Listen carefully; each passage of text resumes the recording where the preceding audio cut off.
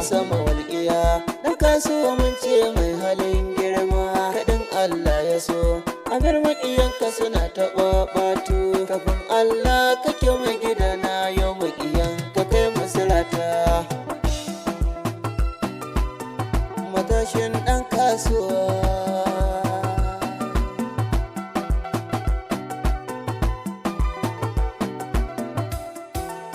na sanyo Allah Allah mai yi mini komai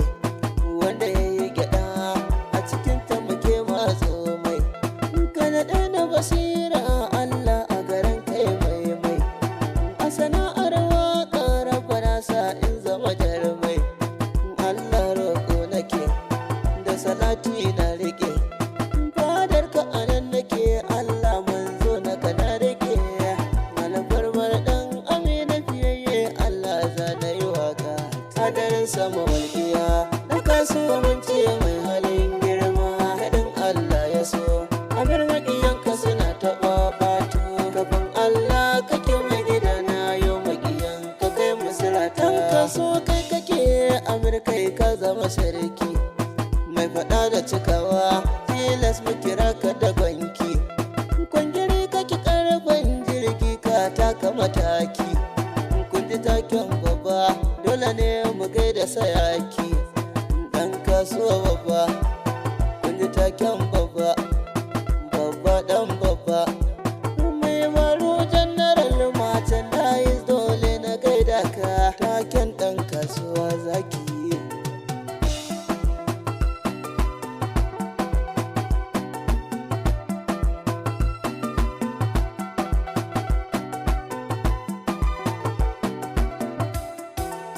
ɗan kaso kai kake a gare mu ka zama garkuwa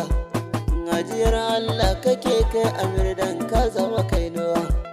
mai taimakon al'umma ka kore kishirwa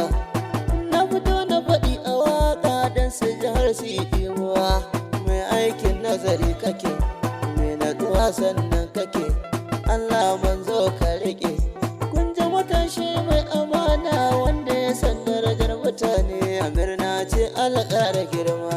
hadarin sama walƙiya na kasuwa mun ce mai halin girma kaɗin Allah ya so amir maƙiyanka suna taɓa ɓatu kafin Allah kake mai gidana yau maƙiyanka kai musulata ɗan kaso ka take su ka tsallake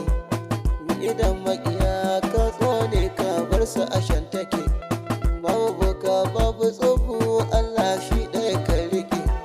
fata da salatul fatu wannan sirrin ka riƙe Allah ne godiya ka ƙara karyan makiya ka sa su kai can kankiya na zai amje yau nake ku ji sunana da inkiya na waƙe amir gwarzo cikin maza zaki